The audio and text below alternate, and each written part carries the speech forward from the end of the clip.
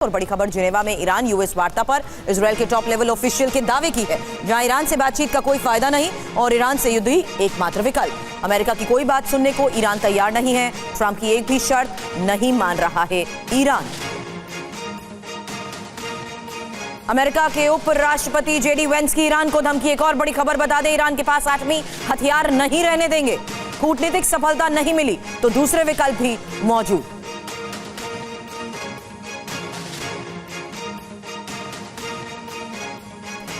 तो फिलहाल ये बड़ी खबर आपको बता दें, जहां इन संदेश से एक बार फिर से साफ संकेत है कि सैन्य विकल्प की तैयारी को अब कभी भी आजमाया जा सकता है। ईरान से युद्ध ही एकमात्र विकल्प बचा है और अमेरिका की कोई बात सुनने के लिए ईरान तैयार नहीं है।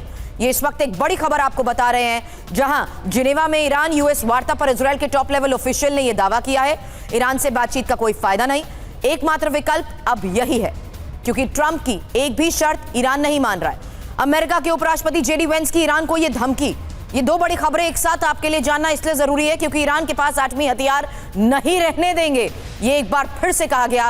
और कूटनीतिक सफलता नहीं मिली तो दूसरे विकल्प मौजूद। मेरे सहयोगी मनीष शाह इस वक्त हमें ज्वाइन कर चुके हैं। और मनीष, ये एक्सपेक्टेड भी था, जहां ये पूरी तरीके से पहले ही जाहिर किया जा चुका था कि अगर अभी भी बात नहीं मानी, सशर्त बात नहीं मानी, तो सैन्य विकल्प आजमाया जाएगा।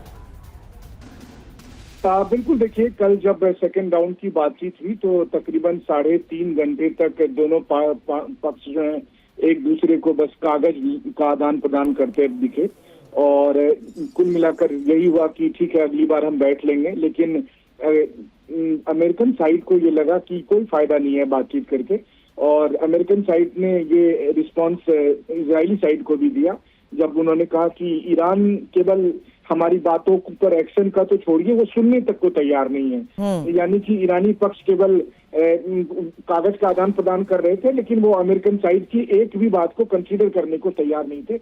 ये अमेरिकन साइड का मानना है, जो कि उन्होंने इजराइल को जो फीडबैक दिया अपनी मीटिंग का।